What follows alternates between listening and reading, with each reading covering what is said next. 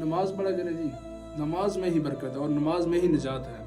आप लोग नमाज नहीं पढ़ते इसलिए आपका नुकसान होता है, कारोबार में बरकत नहीं रहती, रिज़्क की कुशादगी नहीं है, फरवानी नहीं है, क्योंकि नमाज ही मैन एक ऐसा पॉइंट है जो अल्लाह ताला उसके ज़रिए आपके लिए रिज़्क को बढ़ाता है, रिज़्क में फरवानी आती है, कुशादगी आती है।